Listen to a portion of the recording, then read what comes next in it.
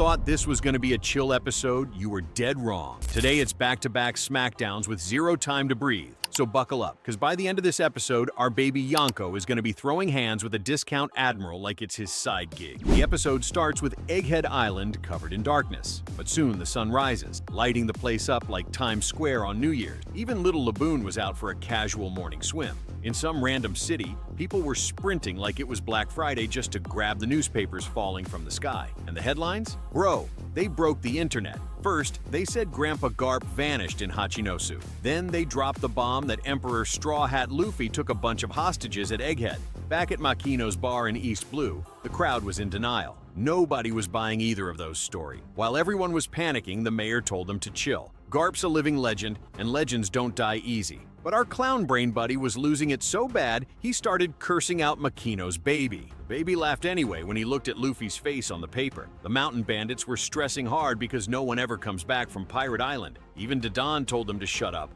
while she tried to figure out what Luffy and Garp were up to. And yeah, she was bawling like a telenovela villain. Suddenly, birds started fleeing and the ground shook like Big Mom tripped in stilettos. It was so insane that after the quake, a tsunami rolled in like it wanted a remat. This was labeled the biggest earthquake in recorded history. Poor Laboon almost drowned again. People screamed to run for the hills, but it was already too late. And guess who were the only folks not worried about any of it? That's right, the Celestial Dragon, chilling in their sky castles without a care in the world. This megaquake happened 6 days after the kingdom of Lulusia got Thanos snapped off the map. Navy reports said Lulusia was now just a big old hole in the sea. And you already know who's behind all this chaos. Yeah, that guy. Thanks to Imusama's Earthquake DLC, sea levels rose by a whole meter worldwide. On the land of three-legged ladies, the beaches disappeared overnight. Some islands sank, and sharks were casually swimming into people's living room. The fishermen, they were just happy it might be a good day to catch dinner. Priorities, man. Meanwhile, back at Egghead,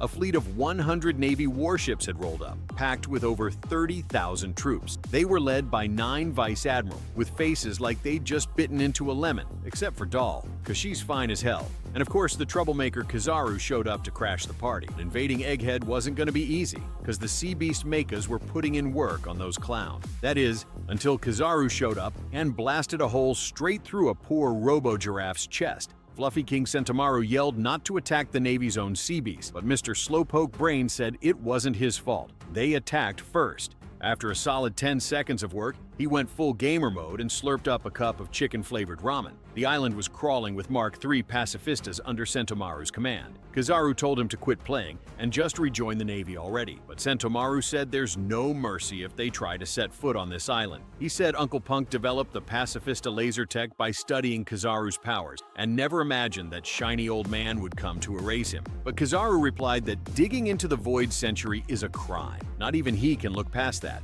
He said he's just a puppet for the Navy and didn't want to kill his best friend. And guess whose fault it all is? The Straw Hats, of course, for stopping Rob Lucci from giving Vegapunk a buzz cut. But of course, what hit the front page was the complete opposite of what really happened. They said the Straw Hats took Dr. Vegapunk hostage and barricaded themselves inside. And that clown Saturn was loving the fake news Morgans cooked up. One of the world government's bootlickers reported that the CP0 agents and the rest of their squad got clapped by Sentomaru. And with that unbreakable barrier, nobody could go in or out of the lab. Saturn asked where the tech staff and workers of Egghead were. A Marine replied they had already evacuated, and their ships were spotted. So Saturn, being the wholesome grandpa he is, said they might know too much and ordered all their ships sunk. The soldier also mentioned Bonnie was with the Straw Hats, but Saturn couldn't care less. He said she's just a little girl and not needed anymore, so spare her. Oh, so Bonnie gets the baby girl pass, but thousands of innocent Egghead researchers gotta go Titanic?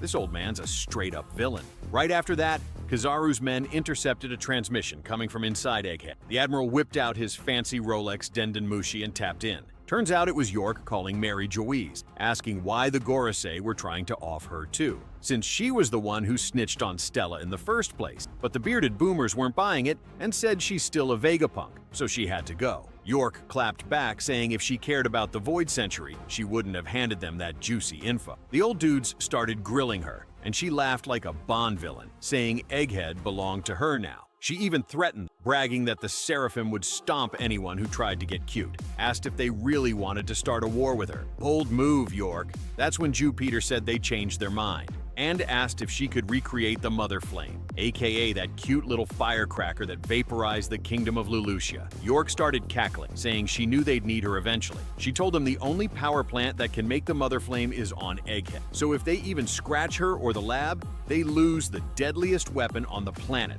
The Gorosei agreed to protect York, and even offered to make her a celestial dragon. After all that, she started crying and begged them to get her out of there ASAP, screaming that Luffy was going to end her. Did she really think she'd get away with everything she pulled? Adorable. Meanwhile, Luffy was casually munching a steak while Zoro asked what they should do with York now that she's useless, and York was screeching for someone to come wipe out those damn straw hats already. Even Nami had the Glock out, ready to pop a cap in that tin can trader's CPU. Luffy said they could just use her as a human shield to escape, and the squad was chilling so hard that Giga Sim Sanji was out there flipping pancakes for Bonnie. Robin was looking rough, but our Doc Chopper was patching her up. She'll be fine. And it was thanks to her that Vegapunk was still in one piece. The crew still couldn't believe that Soda Can York fooled every other Vegapunk on her own. Usopp said there's no way they're escaping this island. But our boy Luffy just flashed a smile like it's just another Tuesday. He grabbed the Denden Mushi and ran straight at York, saying they're using her to force their way out of here. Luffy snatched the Denden Mushi and yelled, "My name's Monkey D. Luffy, and I'm gonna be king of the pirate." He said they teamed up with Dr. Vegapunk, and if they wanted York's head to stay attached, they better pull their troops back. Meanwhile, York was bawling her eyes out, begging for someone to save her like she was in a telenovela. And the Marines were already whispering that Straw Hat Luffy might actually be as wild as the rumors say. Vivi was shocked out of her mind since she'd been defending the guy non-stop. The Gorosei started asking which agents were still alive in the lab, and just as Luffy was about to answer, Robin clapped a hand over his mouth and hung up the Denden Mushi, yelling for him to stop being a dummy. She told him not to just hand intel to the enemy like it's free sample, but in Luffy's head, that call was gonna scare the Navy into leaving. Usopp told him to stop underestimating the Marines like they're mall cops. Saturn said they only needed to protect 3 things: York, the Punk Records, aka Vegapunk's big brain, and the power plant for the Mother Flame. Anything else? Trash tier. Doesn't matter. A Marine said Rob Lucci's squad was still on site, but Saturn was already going full anime villain, mumbling that humans are like cockroaches. Even if you squash a bunch, they keep popping back up. York reminded everyone she made a deal with the Gorosei, so if they laid a finger on her, the whole island would get nuked just like Ohara. That triggered Nami, who Thor hammered York right in the dome for talking that nonsense in front of Robin. York tried to act tough, saying she'd tell the Gorosei, but Nami didn't give a single damn. Zoro told her to chill since York was unarmed, but they forgot the most dangerous weapon she had: her mouth. Robin said she was feeling way better thanks to Chopper, and the little guy looked like he was about to launch fireworks out his ears from the parade. Vegapunk thanked Robin too, since she literally saved his life from getting blown to bits by York's cannon. Chopper said Usopp helped out by holding off the Seraphim. Usopp tried to act cool, but admitted he was just looking for Zoro when he bumped into those demon kids, and still got wrecked, only to be saved by Zoro himself. Kaku told him to zip it, but the man's spine cracked like a glow stick. Rob Lucci told him to just go take a nap already. Lilith was crying louder than a baby at 3 a.m., saying Shaka, Pythagoras, and Edison were all toast. But Metalhead told her to get it together, because he was still alive and kicking. Usopp told her to shut it so he could hear what's going on in the basement. The CP0 agents were shouting thanks for the food the Straw Hats gave them. Others told them to stop screaming thank yous to the enemy out loud. Now they wanted out. Anywhere but here, because the Seraphim had them shaking in their boots. Usopp asked if they'd be okay, and Vegapunk said of course they would. He trapped the Seraphim in bubbles made from the same material as the Mark III Pacifistas, strong enough to eat explosions for breakfast, and they were coated in sea stone too. Minnie Mihawk was fuming that they dared trap him in bubble wrap. Essie Snake told them to quit whining since she hadn't been ordered to vaporize anyone yet. Frankie thanked her for unpetrifying him, and Vegapunk found that weird because he never programmed her to do that. But she just got all blushy, saying it was Luffy who grabbed her and asked her to undo it for his crewmates. Jinbei cracked up, saying she was just like the real Hancock. Then Nami said the weapon Lilith gave them was clutch. She even saved Sanji by trapping S-Shark in a giant bubble. Luffy went to thank S-Snake, and she nearly had a heart attack thinking he said, "I love you." Atlas tried opening the barrier again, and yep, failed miserably. They were still stuck on that island unless someone could shut down that unbreakable wall. York started laughing in their faces, saying it was useless.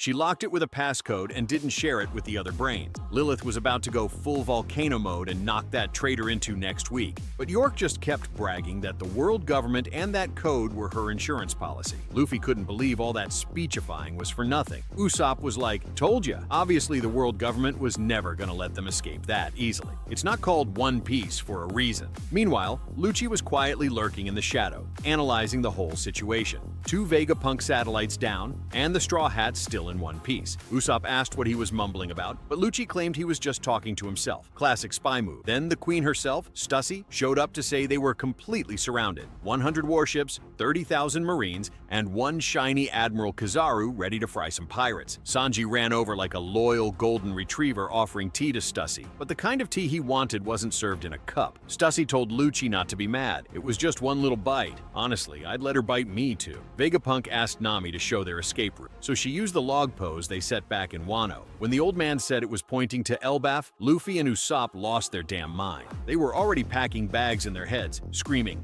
"We're going to the land of giants!" Even Edison's rusty brain couldn't process why they were so hyped. The old Vegapunk said the Sunny was parked at the Leba phase, but with the island surrounded, sailing through the port was a no-go. So plan B, use the Vega Force right next to the Sunny to dip out. The dream was to fly over the Navy ships, but the bot could only fly inside Egghead. Outside, it'd drop like a rock. Frankie said, "No worries, because the Sunny could launch itself a full kilometer." Even Einstein's ghost would have fainted after hearing that. When he heard the Sunny runs on cola, the old man's eyes sparkled like he just discovered liquid gold. So yep, that was the plan. But first, someone had to disable the island's barrier. And York, still giggling like a Disney villain, refusing to spill the code. But never underestimate a Vegapunk, my dude. The crew put their heads together and started hacking the system like a bunch of cyber pirates. Frankie wasn't gonna miss out. He told Lilith he was coming along to show her his upgraded bazooka. Luffy and Bonnie were ready too. Can't let anything stop them from hitting Elbaf. They jumped straight off the lab like maniacs with no parachute, trusting the cloud ground to break their fall. Peak Straw Hat behavior. They rushed off to move the Sunny to the island's backside, since that barrier could go down any second. Timing was everything. Lilith was beyond excited. It'd be her first time leaving Egghead. Luffy was already regretting not grabbing more food. And Bonnie? She was hangrier than ever, saying they should have packed more pizza. But Luffy said cheese was more than enough. Sanji could turn that into a 5-star pizza with his eyes closed. Bonnie was already calling him perfect, good with his fists and even better in the kitchen. Too bad she's a bit too young for the curly-browed sim. But let's be real, Sanji didn't care. Catch him on the next episode of To Catch a Cook. Rubber Boy asked why she was suddenly in such a good mood, and Bonnie said it felt like a weight had been lifted now that she's not trying to take down Vegapunk anymore. Luffy was like, "Good, now you'll stop crying like a baby every 5 minutes." Meanwhile, over on the marine ships, Rob Lucci casually dropped a call from inside Egghead like it was a group chat update. The commander told him to share the info with the rest of the fleet. Still can't figure out how nobody noticed Lucci texting from 2 feet away.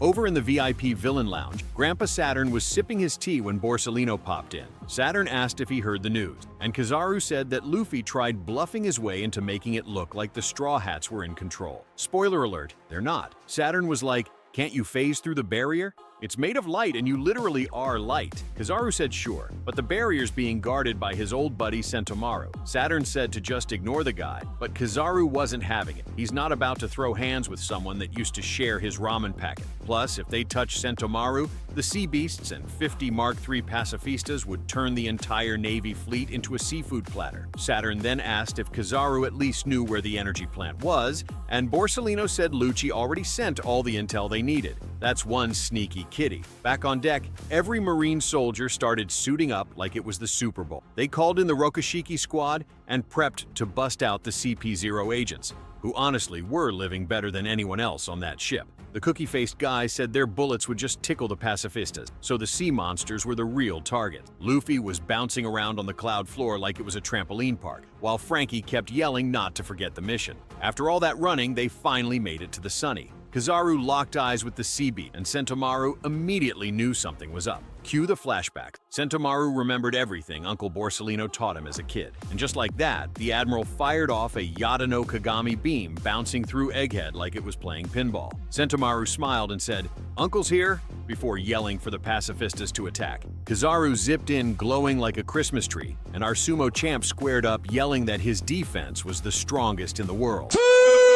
The clash lit up the entire island like it was the 4th of July. Everyone was panicking like, what the heck was that? And Luffy? He felt it in his rubbery bone. Someone strong had broken into the island. Kizaru and Big Mac were trading blows like it was the UFC finals, but even the Admiral's flashy light moves couldn't get past our boy's rock-solid defense. "I ain't letting Uncle Shiny get through here," he shouted, launching himself into orbit. When the two clashed, the explosion of light was so intense it rattled the entire Navy. Right after that, all the Vice Admirals jumped in like it was Black Friday at Best Buy. Doll led the charge, looking like a goddess of war, while the pacifistas were charging up their laser cannons like super soakers from hell. But the Marines launched a bunch of cannonballs to cancel their attacks, and suddenly, bam! A giant sea lion showed up and chomped a whole battleship like it was a hot dog. Then a horned sea hound headbutted another ship into wood chips. But the real MVP? This weird ratfish drill-nosed creature who rolled up like sup nerds and made the Marines cry for their moms. While everyone was wondering how the heck they were gonna beat these sea beast abominations, another one rolled up behind them like a horror movie jump scare just to sniff their necks.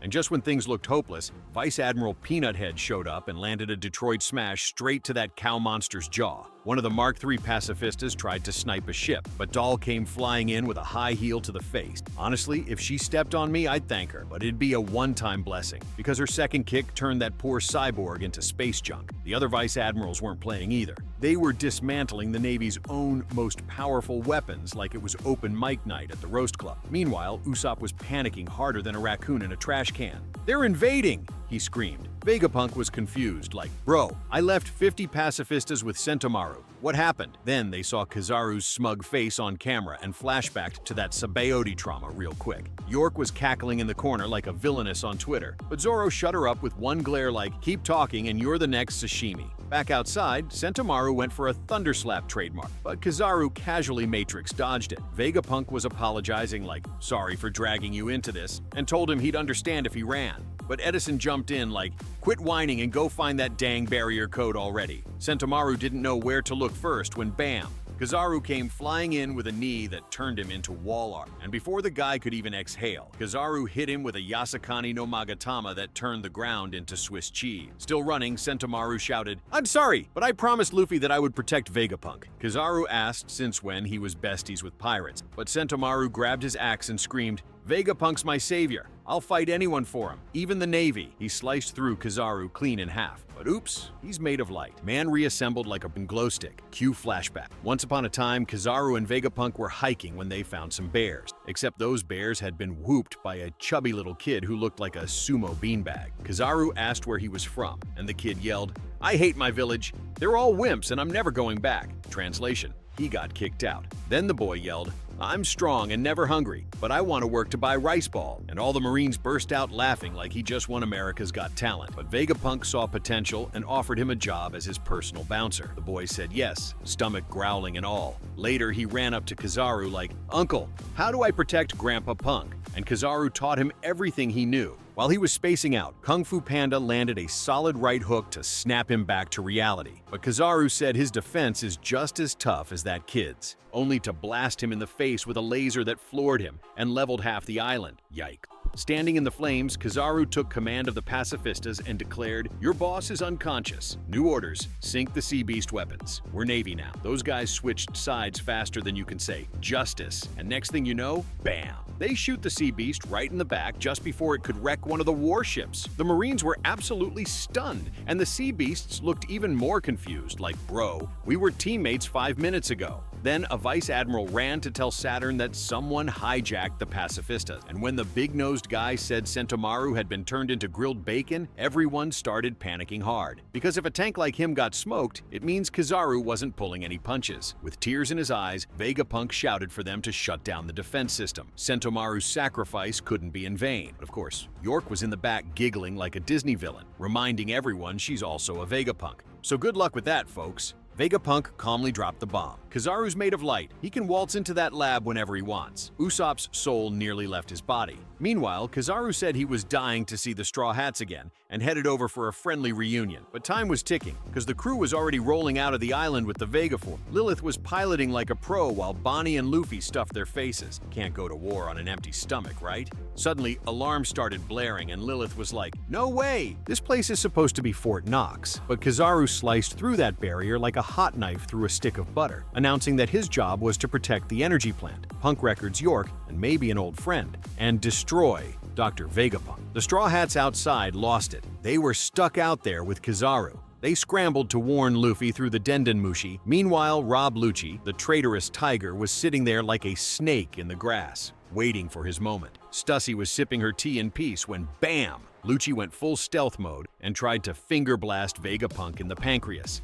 Stussy took the hit like a legend and hit the floor with a dramatic flop worthy of an Oscar. Sanji immediately borrowed Nami's bubblegun and trapped Kaku like a clown at a birthday party. And then Zoro launched himself at Lucci with all the fury of a swordsman who's had one too many protein shakes, mocking his excitement over a new ally. Lucci tried to flex, saying with him and Kizaru, the Straw Hats were toast. But Zoro clapped back and slammed him so hard into the wall that they both crashed out of the lab. From the skies, Kizaru spotted the Vega Force sneaking around and finally understood why the Sunny wasn't at the port. Frankie was low-key leaking oil out of fear, but when he turned to ask Luffy what the plan was, the rubber monkey was already sprinting toward the fight with a giant grin. Before Kizaru could say, "Hi," Luffy launched a kick so fast it could have cracked the sound barrier. Borsalino called him rude, but Luffy shouted, "In the last 2 years we got 100 times stronger," and the episode ends with our boy Luffy going full throttle. Next episode, it's gonna be wild. Kuma's finally landing in Mary Geoise, ready to throw hands with none other than Akainu himself,